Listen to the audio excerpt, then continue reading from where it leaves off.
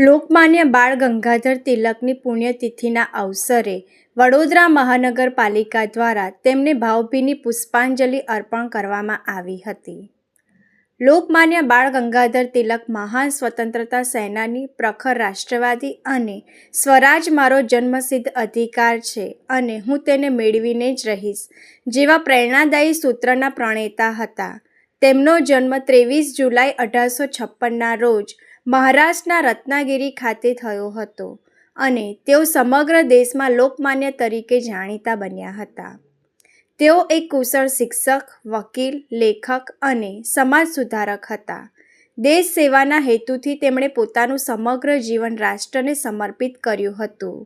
જનજાગૃતિ માટે તેમણે મરાઠી ભાષામાં કેસરી અને અંગ્રેજીમાં મરાઠા નામના અખબારો શરૂ કરીને બ્રિટિશ શાસન સામે પ્રજામાં રાષ્ટ્રવાદની ભાવના જાગૃત કરી હતી. તિલકજીએ ભારતીય સ્વાતંત્ર્ય ચળવળને નવી દિશા આપી હતી અને સ્વરાજની માંગને જન આંદોલનનું સ્વરૂપ આપ્યું હતું. તેમના વિચારો અને કાર્ય આજે પણ દેશવાસીઓ માટે પ્રેરણા સ્ત્રોત છે. આજે તેમની પુણ્યતિથિ નિમિત્તે વડોદરા મહાનગરપાલિકા દ્વારા તેમના પ્રતિમાને પુષ્પાંજલિ અર્પણ કરી તેમને ભાવભીની શ્રદ્ધાંજલિ આપવામાં આવી હતી. આ પ્રસંગે મહાનગરપાલિકાના પદાધિકારીઓ, અધિકારીઓ તથા અન્ય ઉપસ્થિત મહાનુભાવોએ લોકમાન્ય તિલકના દેશપ્રેમ અને યોગદાનને યાદ કરી તેમને નમન કર્યું. આજે સ્વરાજ મારો જન્મસિદ્ધ અધિકાર છે અને હું તેને લઈને જ જંપીશ ના મંત્રથી સમગ્ર દેશમાં સ્વાતંત્ર્ય સંગ્રામની અલખ જગાવનાર મહાન વ્યક્તિત્વ, મહાન સ્વાતંત્ર્ય સેનાની, વિદ્વાન વ્યક્તિત્વ એવા જેમને લોકમાન્યનું બિરુદ મળ્યું હતું, લોકમાન્ય તરીકે સમાજમાં સ્વીકૃતિ મળી હતી એવા શ્રી બાળ ગંગાધર તિલકજીની પુણ્યતિથિ છે.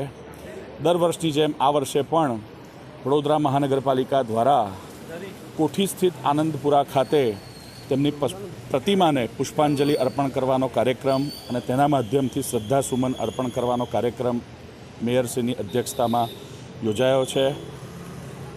જ્યારે લોકમાન્ય તિલકજીએ ગણેશોત્સવ હોય કે શિવાજી જયંતિ હોય, આવા ઉત્સવોના સામૂહિક ઉત્સવ બનાવીને સમાજમાં એકતાનું મહત્ત્વ શું છે અને સંગઠિત થઈને સમાજ કયા પ્રકારનું રાષ્ટ્રહિતનું કાર્ય કરી શકે, આ પ્રકારનો ઉચ્ચ કોટીનો સંદેશ આપ્યો હતો. આજે વડોદરાના નગરજનોને, ખાસ કરીને યુવાનોને હું અપીલ કરું છું કે લોકમાન્ય તિલકજીના જીવન આદર્શોને આપણે અપનાવીએ. રાષ્ટ્રપ્રેમ, આત્મનિર્ભરતા અને સાથે એકતા અને સંગઠનની શક્તિને વિકસિત ભારતના નિર્માણમાં પરિવર્તિત કરીએ.